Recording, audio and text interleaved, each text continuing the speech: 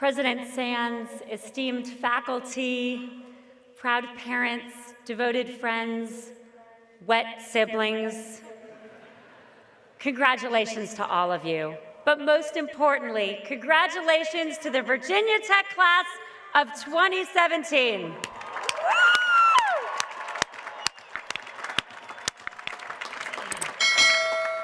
I am honored to be with you.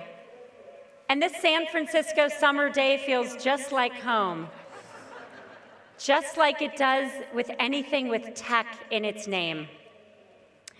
I'm so delighted to be here with my friend, Regina Dugan. As you just heard, Regina used to run DARPA for real. And now she's developing breakthrough technologies at Facebook. In Hokie terms, she's our Bruce Smith. And she's just one of so many alums doing amazing things around the world. Today, class of 2017, you join them. And I'm thrilled for you. And thrilled for all of the people who are here supporting you. The people who have pushed you, dried your tears, and laughed with you from your very first day to this day. Let's show them all of our thanks.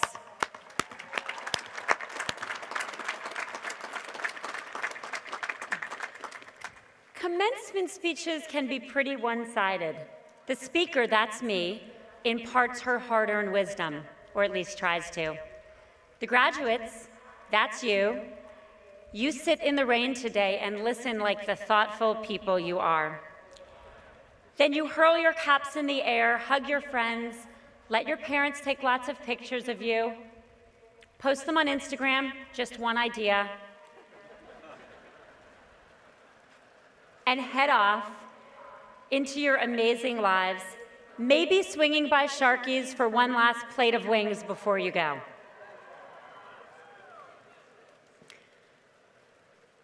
Today is going to be a little bit different because I'm not going to talk about something I know and you don't.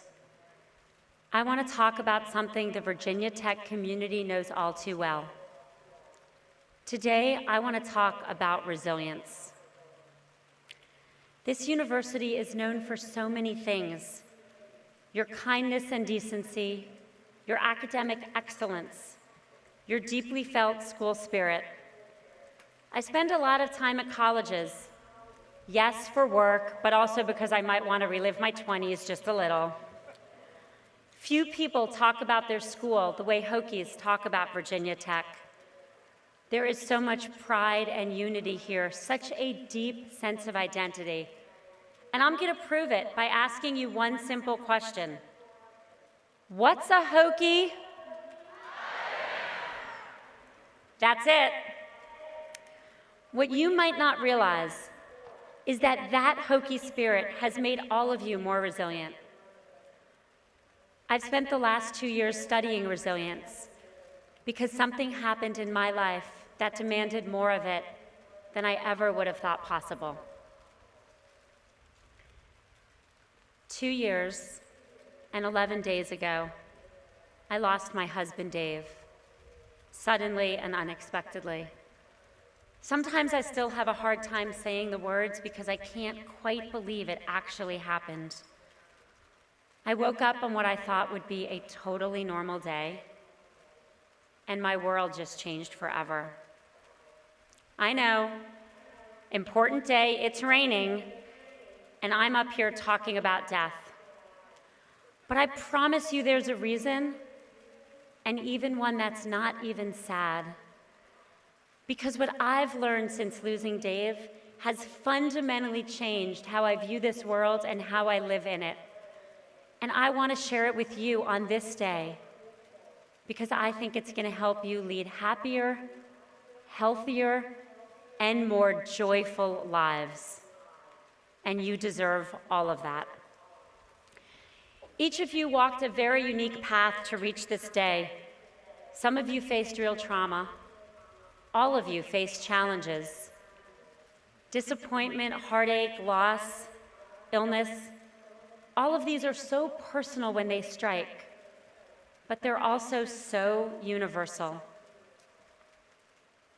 And then there are the shared losses. The Virginia Tech community knows this. You've stopped for a quiet moment by the 32 Hokie stones on the drill field, as I did with President Sands just this morning. You've joined your friends for the run in remembrance. You know that life can turn in an instant.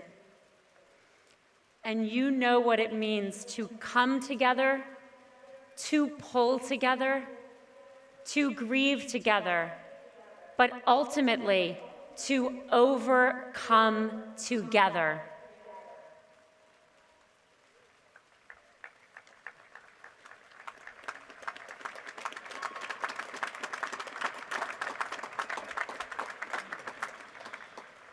After Dave died, I did something I've done at other hard times in my life. I hit the books. With my friend Adam Grant, a psychologist who studies how we find meaning in our lives, I dove into the research on resilience and recovery. The most important thing I learned is that we are not born with a certain amount of resilience. It is a muscle, and that means we can build it. We build resilience into ourselves. We build resilience into the people we love. And we build it together as a community. That's called collective resilience. It's an incredibly powerful force, and it's one that our country and our world need a lot more of right about now. It is in our relationships with each other that we find our will to live, our capacity to love, and our ability to bring change into this world. Class of 2017, you are particularly suited to the task of building collective resilience because you are graduating from Virginia Tech. Communities like this don't just happen. They are formed and strengthened by people coming together in very specific ways. You've been part of that here, whether you knew it or not. As you go off and become leaders, and yes, you will lead, you are destined to lead. You can make the communities you join and the communities you form stronger. Here's where you start. You can build collective resilience through shared experiences. You've had lots of those. Jumping to Enter Sandman. I saw that this morning. It's incredible. Enduring the walk across the drill field in the winter, kind of like Jon Snow at the Wall. Finding new loves, and then new loves. Being there for each other through triumph and through disappointment. Every class, every meal, every all-nighter has added another strand to a vast web that connects you to each other and to Hokies everywhere. These ties do more than connect, they support. Nearly 30 years ago, a very talented young man made it from a very underprivileged background all the way to college, but then he didn't finish. And when he dropped out, he said, "If only I had my posse with me, I would have graduated." That insight led an amazing woman named Deborah Bial to create the Posse Foundation, which recruits high-potential students in teams of 10 to go from the same city to the same college. Posse kids have a 90% graduation rate from some of the best schools in the country. We all need our posses, especially when life puts the obstacles in our path. Out there in the world, when you leave Virginia Tech, you're going to have to build your own posse. And sometimes that's going to mean asking for help. This was never easy for me. Before Dave died, I tried to bother people as little as possible. And yes, bothering people is what I thought it was. But then my life changed, and I needed my friends and family and colleagues more than I ever could have thought I would. My mom, who along with my dad is here with me today, just like yours are here with you, stayed with me for the very first month, literally holding me as I cried myself to sleep. I had never felt weaker, but I learned that it takes strength to rely on others. There are times to lean in, and there are times to lean on. Building a posse also means acknowledging our friends' challenges. Before I lost Dave, if a friend was going through something hard, I would usually say, "I'm sorry," once, and then I wouldn't bring it up again because I didn't want to remind them of their pain. Losing my husband taught me how absurd that was. You can't remind me I lost Dave. But like I had done with others, when people failed to mention it, it felt like there was a big old elephant following me around everywhere I went. It's not only death that ushers in the elephant. You want to completely silence a room? Say you have cancer, that your father went to jail, that you lost your job. We retreat into silence just when we need each other the most. Now, not everyone's going to want to talk about everything all the time, but saying to a friend, "I know you're suffering, and I am here with you," can kick a very ugly elephant out of any room. If you're in someone's posse, don't just offer to help in a generic way. Before I lost Dave, when a friend was in need, I would say, "Is there anything I can do?" And I meant it kindly. The problem is that question kind of shifts the burden to the person in need. And when people asked me, I didn't know how to answer the question. Can you make Father's Day go away? Here's a different approach. When my friend Dan Levy's son was sick in the hospital, a friend texted him and said, "What do you not want on a burger?" Another friend texted from the lobby and said, "I'm in the lobby of the hospital for a hug for the next hour, whether you come down or not." You don't have to do something huge. You don't have to wait for someone to tell you exactly what they need. And you do not have to be someone's best friend from the first grade to show up. If you are there for your friends, and let them be there for you, if you laugh together until your sides ache, if you hold each other as you cry, and maybe even bring them a burger with the wrong toppings before they ask, that won't just make you more resilient. It'll help you lead a deeper and more meaningful life. We also build collective resilience through shared narratives. That might sound light. How important can a story be? But stories are vital. They're how we explain our past, and they're how we set expectations for our future. And they help us build the common understanding that creates a community in the first place. Every time your friends tell their favorite tales, like, I don't know, when Tech beat UVA in double overtime, you strengthen your bonds to each other. Shared narratives are critical for fighting injustice and creating social change. A few years ago, we started leanin.org to help work towards gender equality, helping women and men form lean-in circles, small groups that support each other's ambitions. There are now more than 33,000 circles in 150 countries, but it wasn't until I lost Dave that I understood why circles are thriving. It's because they build collective resilience. Not long ago, I was in Beijing, and I had a chance to meet with women from lean-in circles across China. Like in a lot of places, it's not always easy to be a woman in China. If you're unmarried past age 27, you're called shengnu, a leftover woman. And I thought the word widow was bad. The stigma that comes from being a leftover woman can be intense. One woman, a 36-year-old economics professor, was rejected by 15 men because, wait for it, she was too educated. After that, her father forbade her younger sister from going to graduate school. But more than 80,000 women have come together in lean-in circles to create a new narrative.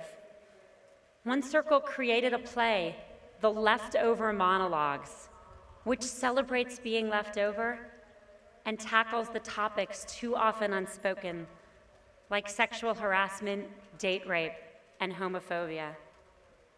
The world told them what their story should be, and they said, actually, we're writing a different story for ourselves. We are not left over, we are strong, and we will write our story together.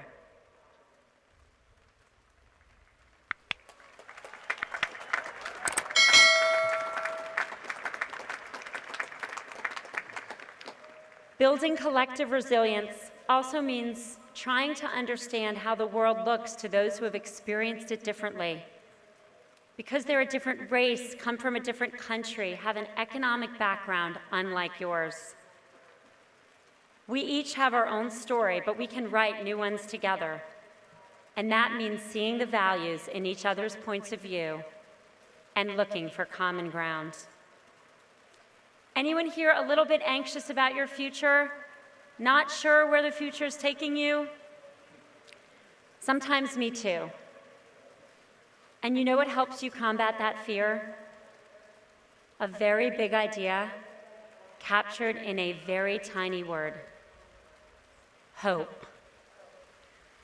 There are many kinds of hope. There's the hope that she wouldn't swipe left. Sorry. There's the hope that as you sit here, your stuff will magically pack itself. Sorry. There's the hope that it would stop raining. Double sorry. But my favorite kind of hope is called grounded hope. The understanding that if you take action, you can make things better. We normally think of hope as something that's held in individual people, but hope, like resilience, is something we grow and nurture together. Just 2 days ago, I visited Mother Emanuel Church in Charleston. We all know about the shooting that took place there just 2 years ago, claiming the lives of a pastor and 8 worshipers. What happened afterwards was extraordinary. Instead of being consumed by hatred, the community came together to stand against racism and violence. As a local pastor, Jermaine Watkins, beautifully put it, to hatred we say, no way, not today. To division, we say, no way, not today. And to loss of hope, we say, no way, not today.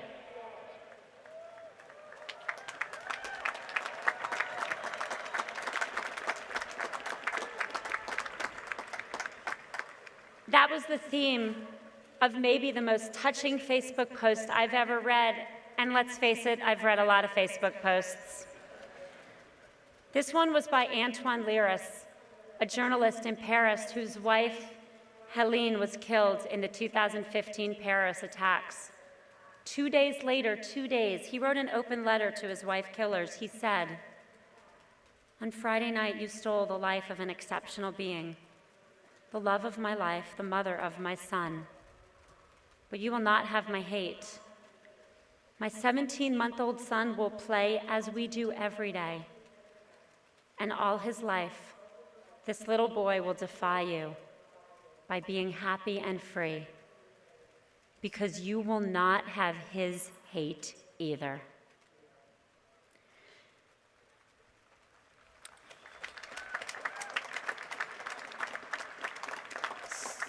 Strength like that makes all of us who see it stronger. Hope like that makes all of us more hopeful. That's how collective resilience works. We lift each other up. This might seem very intuitive to you Hokies, because these qualities of collective resilience, shared experiences, shared narratives, and shared hope shine forth from every corner of this university. You are a testament to courage, faith, and love. And that's been true not just for these past 10 years, but for over a century before then. This university means a lot to you graduates, but it also means a lot to America and to the world. So many of us look to you as an example of how to stay strong and brave and true. This is your legacy class of 2017.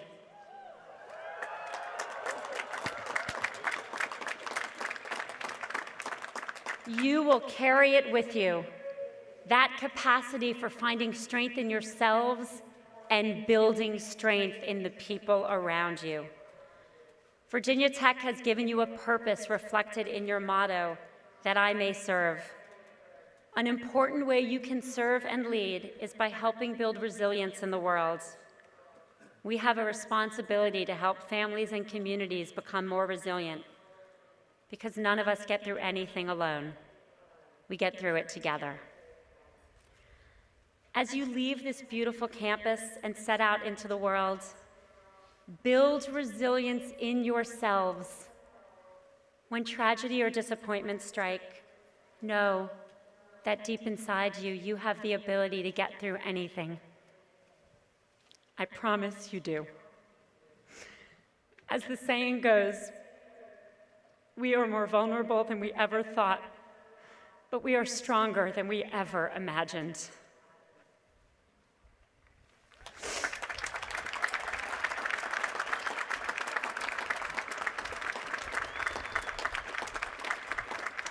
Build resilient organizations. Speak up when you see injustice. Lend your time and your passion to the causes that matter.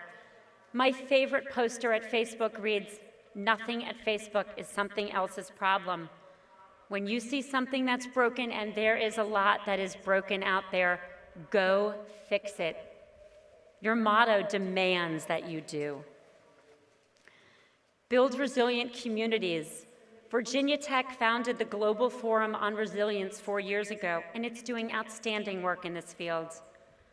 Be there for your friends and family, and I mean in person, not just in a message with a heart emoji, even though those are pretty great too. Be there for your neighbors. It's a divided time in our country, and we need you to help us heal. Lift each other up and celebrate each and every moment of joy. Because one of the most important ways you can build resilience is by cultivating gratitude. 2 years ago, if someone had told me that I would lose the love of my life and become more grateful, I would have never believed them. But that's what happened.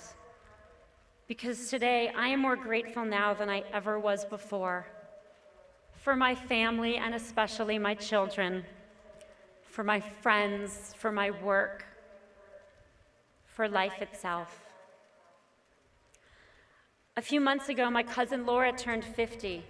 Graduates, you may not appreciate that turning 50 happens soon and feels old, but your parents do. I called her that morning and I said, "Happy birthday, Laura."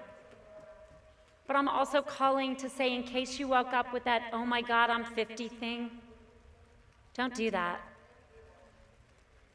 This is the year Dave doesn't turn 50. Either we get older or we don't. No more jokes about growing old. Every year, every moment, even in the pouring rain, is an absolute gift.